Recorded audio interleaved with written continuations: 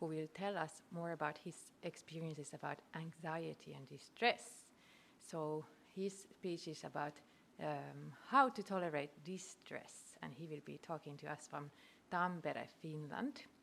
I hope you enjoy this coming session, and I hope that you get something for yourself as well, some tips maybe or something that you can take with yourself. Thanks for being here with us today. Enjoy. Go. Welcome to the No Labels, No Walls Festival 2020. My name is Markus Vähälä, and I'm your host today with Aksu Piippo about distress. No Labels, No Walls plus We Are One Festival combines over 100 events, performances during 6 weeks all over the world. The coordinating bodies, Kukunori from Finland, We Are One Community in Scotland, and Strindberg Laboratory from Los Angeles invite you all to celebrate the unity of mankind and interesting topics that we can share and learn. I'm so delighted to welcome Aksu Piippo. He's an expert by experience from Mielen Avoin Opisto.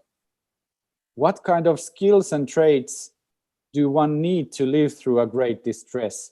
Is it even possible? Aksu works as a coordinator in a recovery college in Tampere, Finland. Among the variety of courses and activities, Mielen NGO Recovery College provides its own experts by experience program that has been going since 2001. Welcome, Aksu. Thank you. How are you doing? Thank you. I'm fine. It's beautiful weather here in Tampere. Sun shines and cool breezes of the fall cools us, so it's not. And you are inside a forest. It seems that you are inside a forest. Yes, this this is actually not a real forest. It's a tapestry on our wall. I'm here in our office, and I'm speaking from our conference room now, and my colleagues are eager behind the door. Okay. Listening to this. And we are not alone today. We have a lot of guests also here joining this Zoom. So let's have a nice discussion today about how to tolerate distress. Aksu, what do you think about this topic? How did you come up with this topic? I myself am an expert by experience. I joined this course in 2015, and 2 years ago, 2018, Mielen Recovery College put open this expert by experience. It's a full-time job, 4 days a week for me to work as a coordinator. It has been possible for me to enhance my own lived story, and this is one version of it. And I should give a content warning in the beginning. This is about self-destructive ideas and how I have coped with them, and how I came back from the edge. And from time to time, it has been the situation again that I have lived on the edge, and these will be my teachings and experiences about that. So it's a lived experience. I have a few slides to show you. The distress I'm talking about, it mostly is about is about depression-based distress. And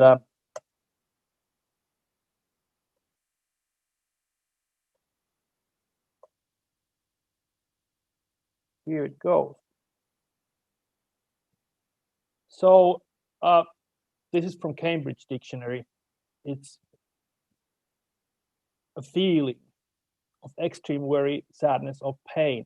And obviously, when I'm speaking here in Finland, we don't have any kind of political persecution or that kind of things. So I don't have to go to a boat and go over the seas to other countries.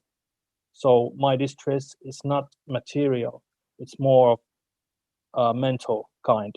And obviously, when I'm a privileged white heterosexual male, I haven't lived through material distress with that.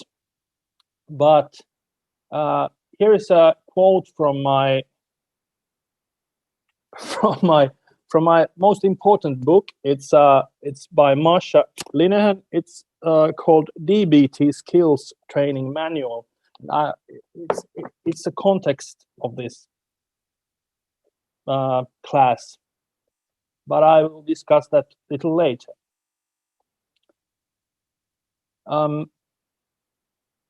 It has occurred that life,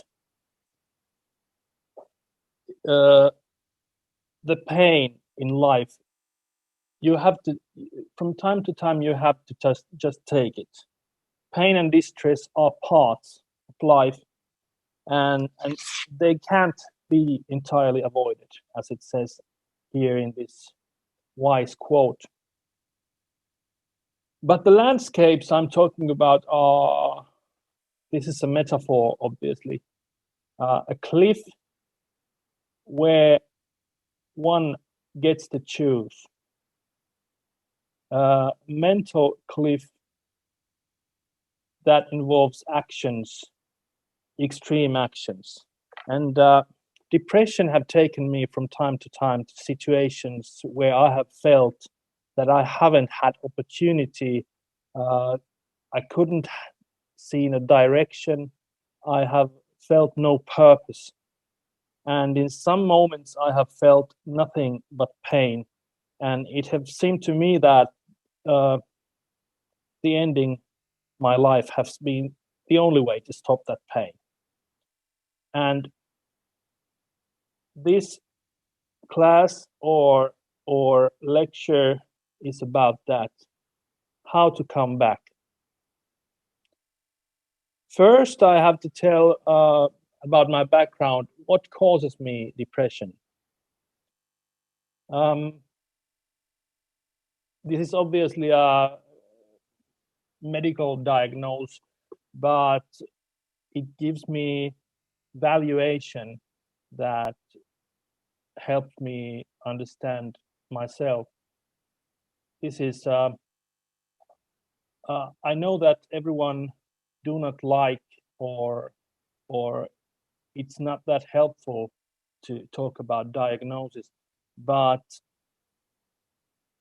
that I know my diagnosis, I understand myself a lot better. And I've been suffered and diagnosed with borderline personality disorder, that is BPD being that acronym of that. And I'm not going to this very deeply, but you can see the three main symptom clusters are instability in emotions. It has been a roller coaster, especially when the symptoms go to the vulnerable state. Difficulties controlling impulses that come from emotions. And that leads to unstable behavior, which often leads me to a to an unhealthy behavior. Very short-sighted decisions, dissociative actions. I myself don't have severe problems with substances that alters the state of mind, drugs and alcohol. But I have to check myself that I don't do them that often. But the sensitivity to those emotional impulses that grow from me are, I cannot see them before they come. So I have to stop and observe. And the strength of those emotional reactions are huge. I haven't been anyone but me, so I can't compare. But the strength of them surprised me a lot and often. And in the BPD, the third key point is slow recovery back to the basic level. So that is the point where I tend to have deep depressions and other kinds of cognitive symptoms as well. To be continued, this is a part of this context. I managed to get to a pilot group in 2010. I was approved to this dialectical behavior therapy, and it's quite new kind of psychotherapy. At least in Finland, it's quite new. It has developed in United States by Dr. Marsha Lineho, and its main point is to change and reform the harmful patterns of behavior. There's a list of skills that help you, and you practice them, and it's quite practical compared to other kinds of psychotherapies. But DBT has helped me a lot, and I owe my life to this. This sounds quite religious, but the skills I've learned are totally necessary to me. And the basic presumption in DBT is that people usually do their best, but they may lack skills to do that. And now I'm going to talk about those skills that help me get through the worst kind of distress and depression, the depths of deepest depression. And they are mainly crisis survival skills and reality acceptance skills. Let's go forward. This is a picture of ice shelf in Antarctica. These ice shelves are quite large. They can be up to 80 or 100 meters high. So it's an enormous piece of ice you can see in there. The landscape of my mind has been like this. It's an empty, it's cold, but it's clear. You can see hundreds of kilometers in this kind of landscape. Your mind tells you this. You know the saying, "Follow your heart." Most people do know that, but what if your heart, your core, tells you to say, climb to the roof and jump down? You must not follow your heart in that point. At the worst emotion, following your heart seems a very bad idea. acting your exact emotion can be hugely disastrous, and it can be, although it's unbearable pain that kind of destroys, makes one do really, really stupid things in relationships. These are the worst situations and moments when you're in pain, and if you don't have skills to, you don't manage to tell anyone, but this picture of ice shelf, and it's a metaphor, obviously. But you can act very disastrously in relationships, or even hurt yourself, obviously. And if someone is in danger to hurt themselves, they must be forced into emergency clinic. But if you are aware of, for example, what is this feeling you are having now, and for this you have these are basic dialectic behavioral therapy skills. Most of you know this by name, mindfulness skills. And much have been said about mindfulness being a self-help trend of some kind. I personally, I'm always very suspicious about self-helping trends, but mindfulness is based in very old Buddhist or Zen wisdom and skills, and it has helped me a lot. Basic thing is to observe, notice, and name the feeling you are having.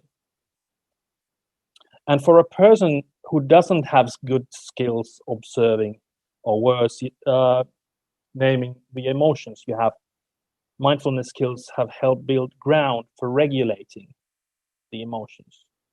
This is the basic principle to regulate your emotions. The hard thing observing and noticing is that it should be done completely non-judgmentally. And being non-judgmental is enormously hard. I usually tell an example of myself going to a grocery shop or market. I bend my shoelaces and they don't act with me, so I get nervous about them.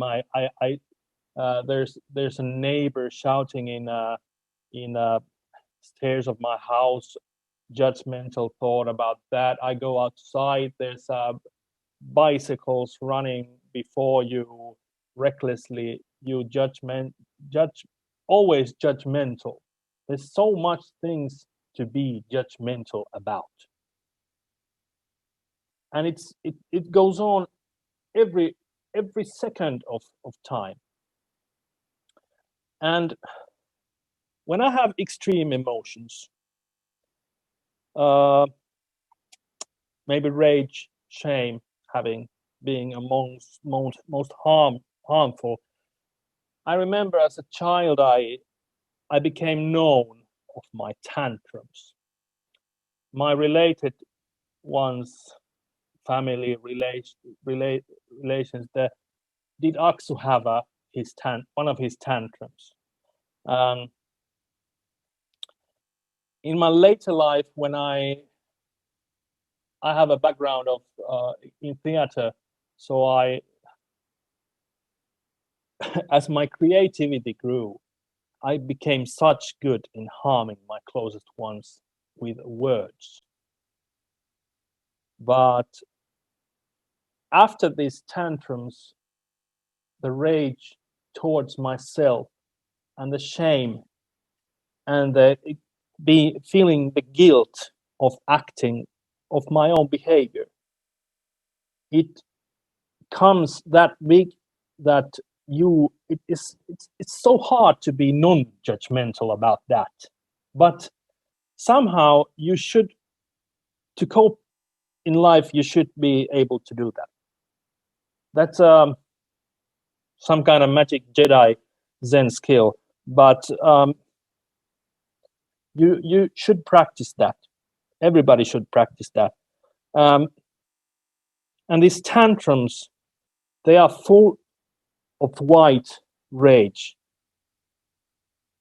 In the time, it feels justified, but afterwards, when I'm coming to my senses, back to my senses, the shame of that narcissistic behavior, this is quite hard to say, that feels horrifying, and it comes with depression.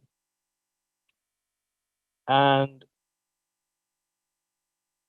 if I'm able to be non-judgmental in that moment, just observe, notice, this happened, what I do about that.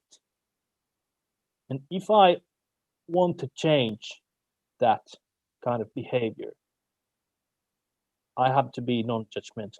Don't judge yourself. The past is gone.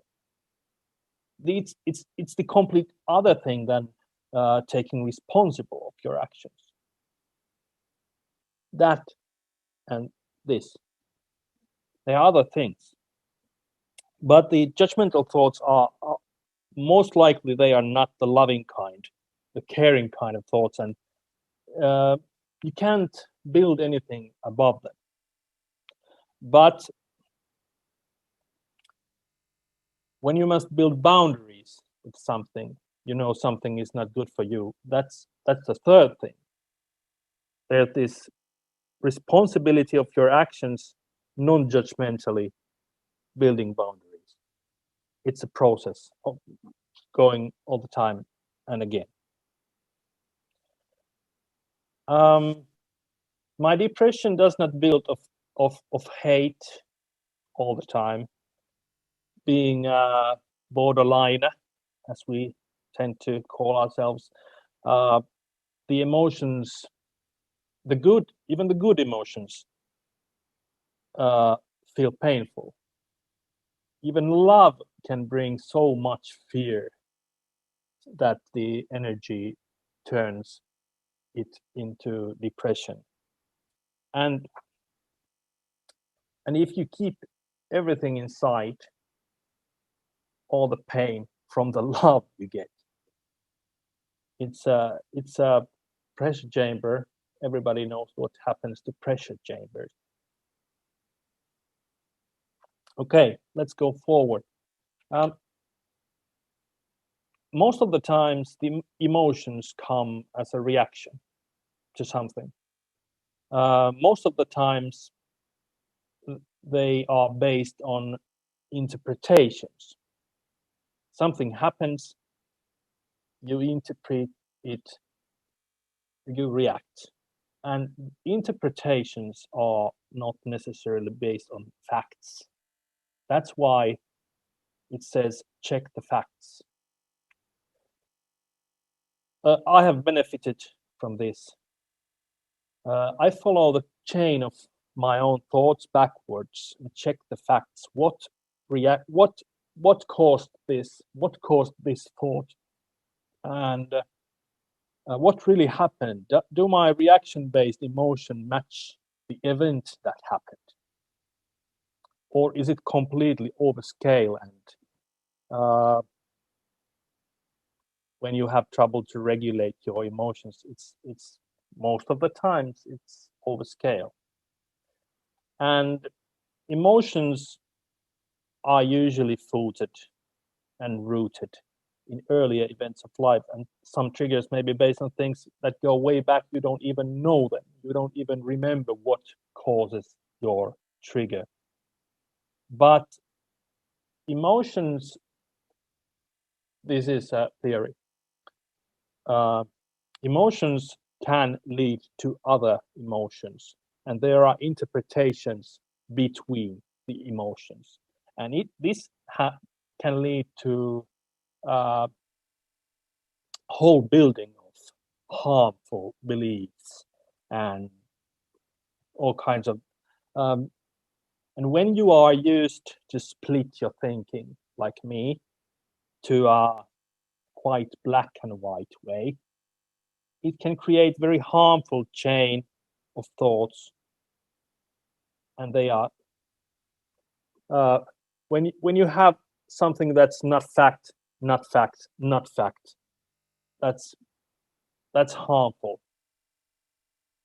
You have to be quite cool-headed when you go backwards in your thoughts, and the non-judgmentality always should follow this. When you feel something, I say to myself, I am not this feeling. I refuse to be defined by this feeling I have. And this emotion is not the truth. Don't follow your heart.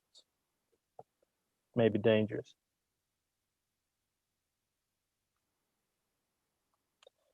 I have other kind of checklist myself. Vulnerability factors. When I feel really bad, and I do not reckon the cause, I want to find out what is this? Why do I feel this way? Is something wrong with my body? Have I slept enough? Have I been drinking with friends or something? Have I eaten well? Is it something else that comes from outside? And I claim these as quite universal vulnerability factors. And the remedies for these in this kind of Finnish society, quite safe outside there, it's not that challenging to find the remedies. Rest, sleep, avoid alcohol or other mind abusing substances, eat well, and exercise. It's treat yourself good, take care. It's not quantum physics, and it comes as a surprise for me, even myself, that these take care, sleep, eat, they have very fine inventions. Like Isaac Newton had this theory about gravity. It's quite simple, and we are lucky to have these kind of inventions. But let's go forward. What is this? Opposite action is, I have rooted it, this lecture, not following your heart. And it can be acting totally opposite to the emotional urge to do or say something. Enormously difficult, it is. But for me, the skill has proven to be very crucial and necessary. I remember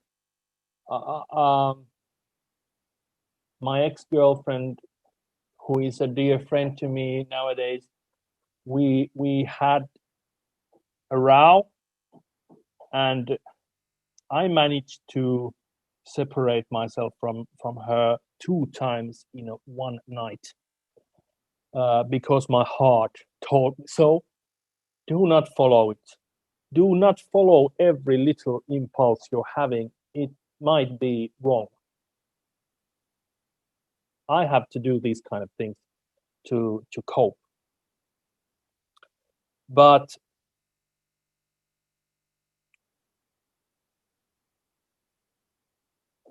this is good.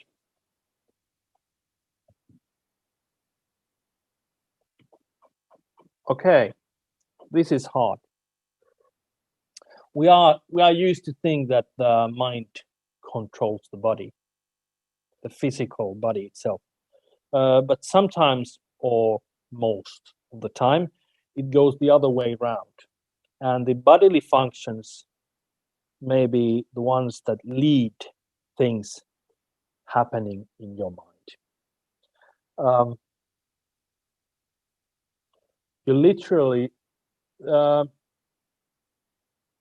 I could search the quotations, but it has been scientifically proven that if you force yourself to smile, your emotion follows the bodily function.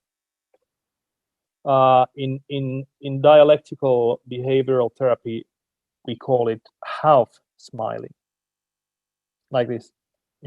Like in La Gioconda painting, Mona Lisa. You can literally force yourself to smile, or at least half smile. And for me, this is a laughable thing because it's so simple. It has it can cut the sharpest edge of the distress. I have this trick. I have a stopwatch.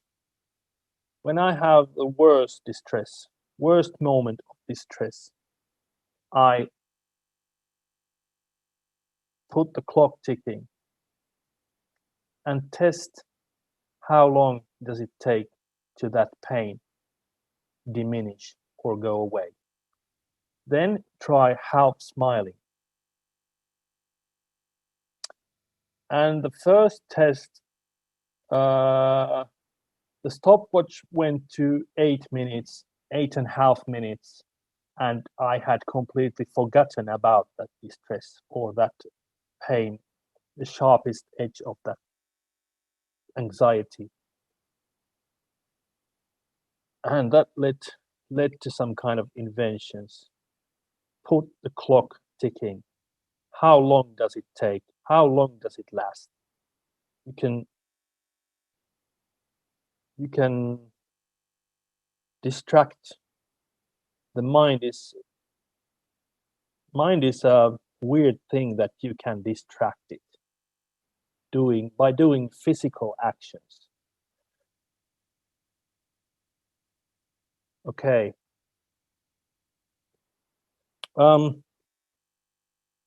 I have a background in theater.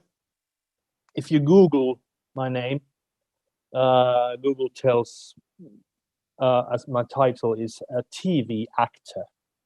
That is funny, and it's a joke, but it's partly true. And as a writer, director, I am a theater professional. I've coached actors in their work, and even with actors, the physical actions can lead the mind to the emotional actions, and that is what happens on stage usually. That's why the actors prepare and practice this. They help themselves through physical functions and get to the emotional functions. And this is something everyone can do, practice. That's why I call it reprogramming of the mind. I practice this a lot. I soothe myself with different kinds of actions and learn through it. And this is something you can practice, yes.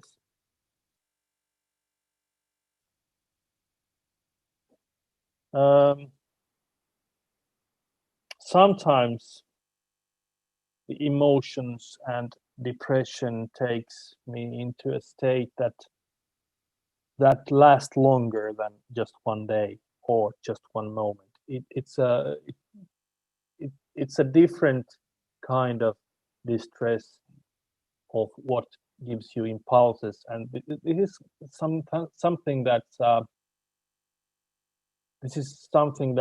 that doesn't make me that reckless or restless or anxious. It just mellows your mind into this mist. And for that, I need a skill called accumulating positive emotions. And this is quite funny. I think it's funny because positive events in life increase positive emotions. You can gather things, you can plan ahead and schedule things that are most likely to be positive. If you meet someone, it's most likely positive. When I schedule something in my calendar, it gives me a positive projection, something to anticipate, wait something happens in Thursday. My favorite football club is playing a European game Thursday. I'm anticipating a lot of that. They can be small things, reasonable things, cheap things. They don't have to be expensive or hard to get. But they build things to wait. Being a tourist in a neighboring street, going to library, take a walk there is a place which have trees, maybe bigger parks. They can be scheduled in calendar. This evening, I try and I go outside, breathe, look at the trees. And taking everything out of these kinds of things are my coping skills. It doesn't take the depression away. No. Most of the times, no. But they get you to the end of this day. They get you through this. Soon it's evening, you can do other things. Soon it's tomorrow. And if you can avoid avoiding things, because the avoidance and frowning, they are difficult things to get by, but if you can get through, just do something very small. And in the long run, you can notice that your life is built with these kinds of things. And you may notice that this has been worth the effort and the worst distress have passed. And it will pass. It will get better. Sometimes you have to build changes with your basic things. I think that's life. But you may have to check your style of living. You may have to check of what you eat and how you sleep. Is there something in your style of living that makes you feel bad? How about those vulnerability factors again? You must eat and sleep. Nothing is better than sleeping.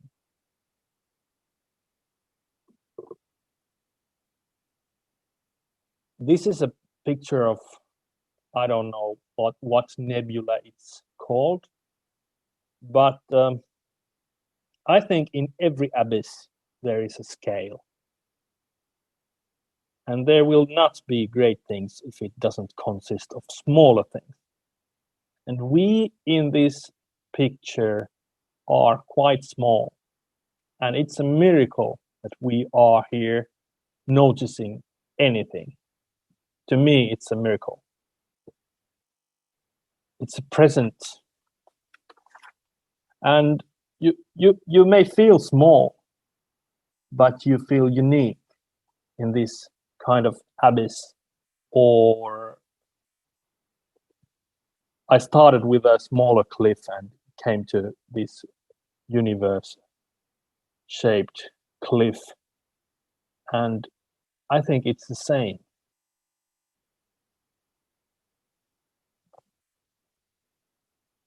Checking the facts. I talked to you about that. Distracting the mind, improving the moment, self-soothing. These are skills in DBT, dialectical behavior therapy.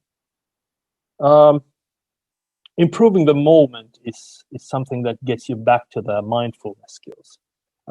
With sensory awareness, what do you feel when you touch yourself, even the fingertips touching themselves? What do you feel? How does it feel to taste water in your tongue?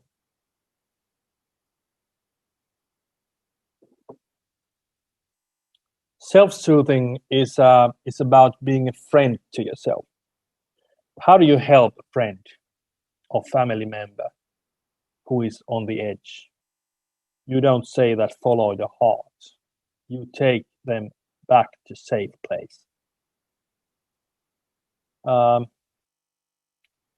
Practicing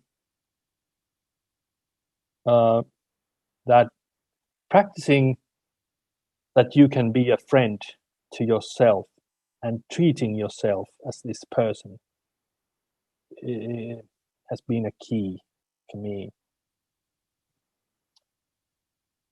Distracting can be like cleaning your house, cleaning your apartment, making a bed, eating at dinner time,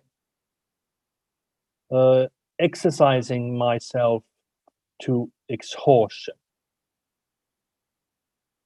I'm not that physical, athletic kind. I exhaust myself by walking. Walking stairs, walking 2 stairs can take you to exhaustion. There are millions of various relaxing exercises. And getting the solace, being a friend towards yourself and getting the solace out of that.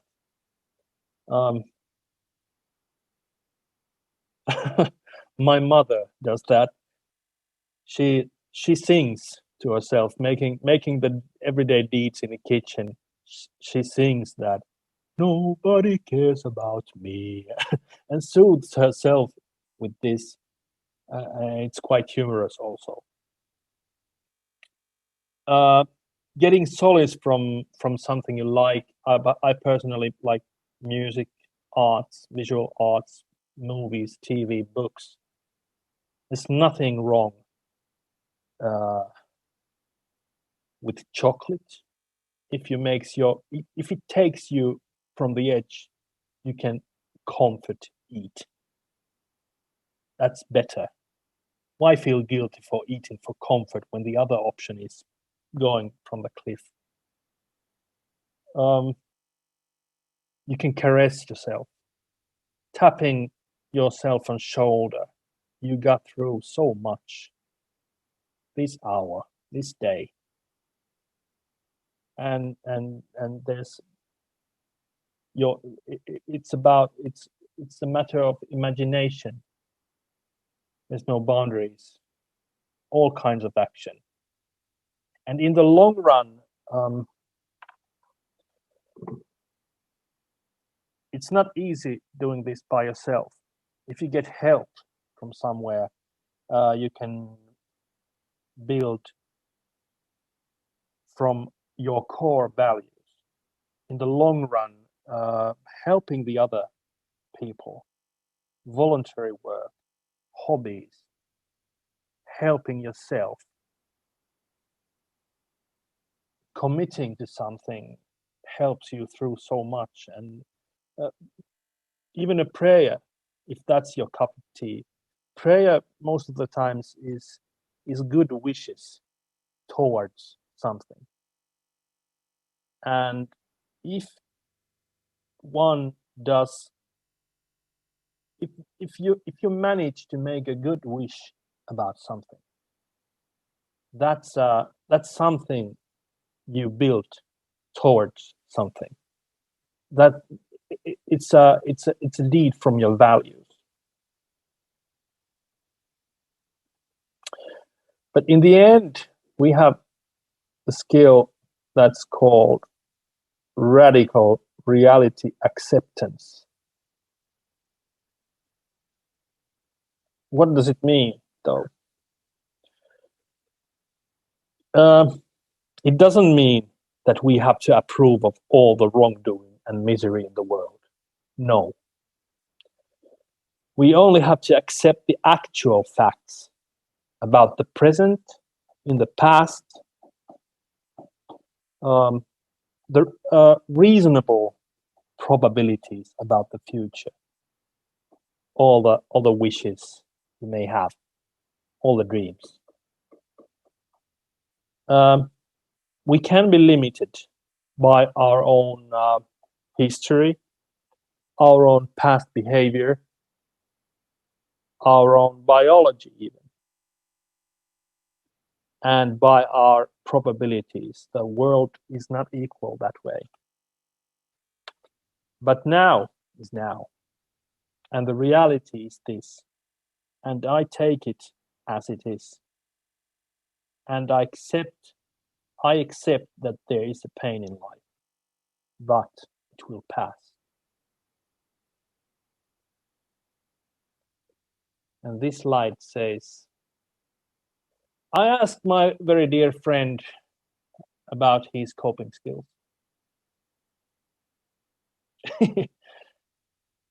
He goes to shower, sits there, and doesn't do anything. Don't do anything. Take a rest. And I promise that I show you this.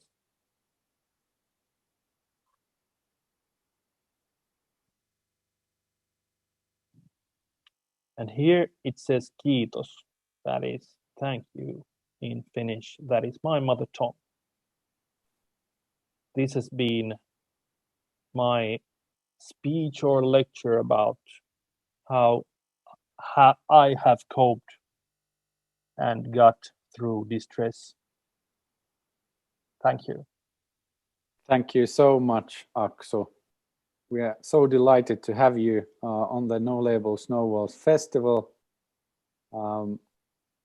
These topics are quite universal, don't you think? Yes, of course, I don't know if they are, but I claim that they are. Do you happen to know how wide this kind of methods that you are now coordinating are in the world, and where are they invented in a way? In that book that Marshall Linehan has said that there are parts of Zen Buddhism and partly they are cognitive behavioral therapy, and I'm not aware of how wide they are. practiced right now. But I would say that I recommend I recommend it very dearly. And in Finland, it's quite new, but there are therapists and practices that use this kind of context,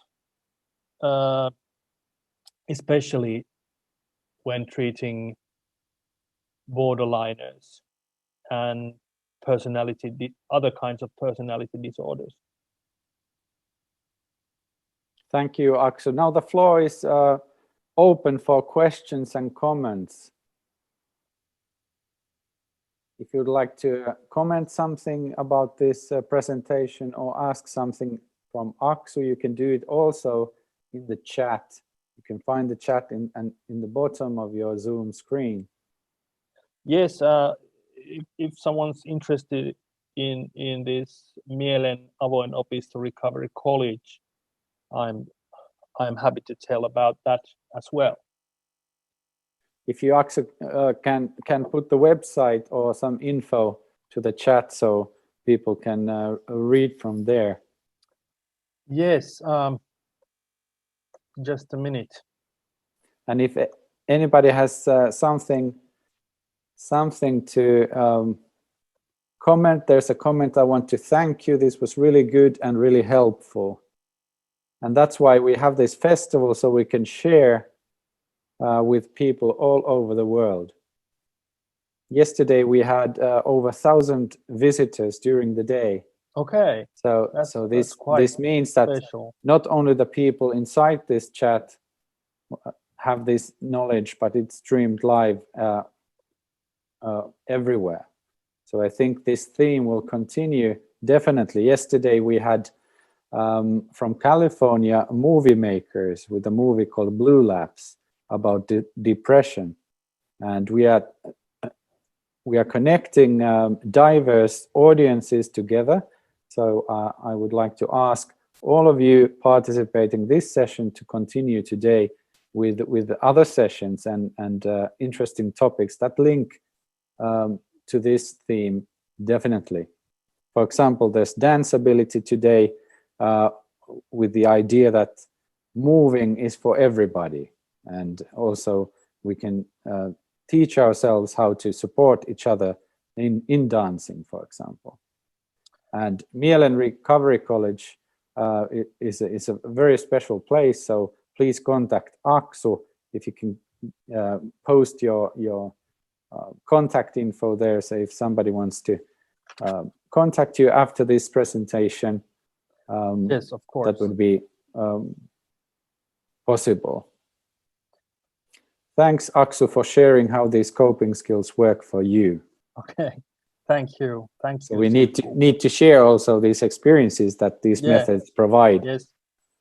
So even though the themes might be sort of universal, but the experiences are personal, perhaps. Or what do you think? They are personal, but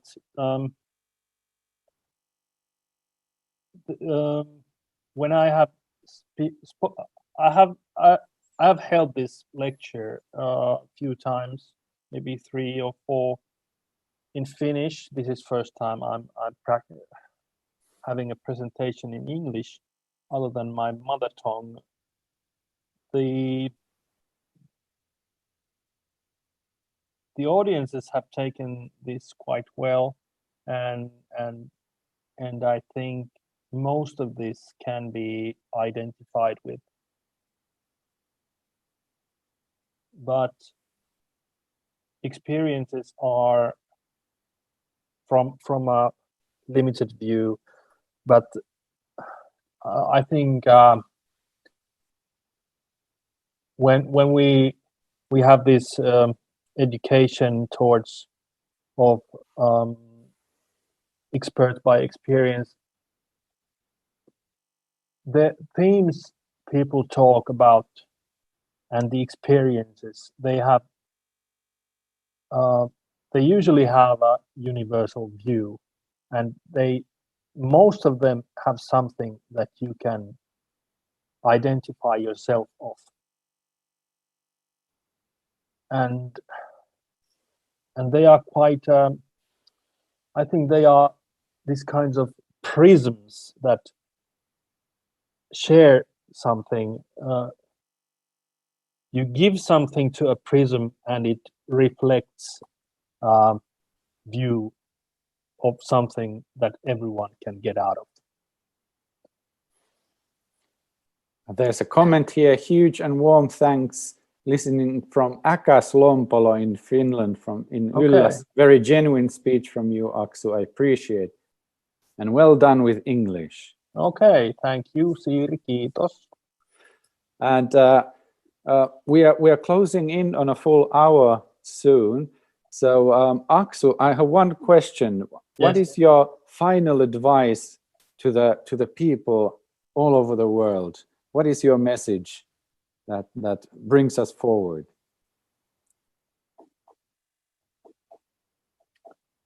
Kindness generates kindness, even when done towards yourself.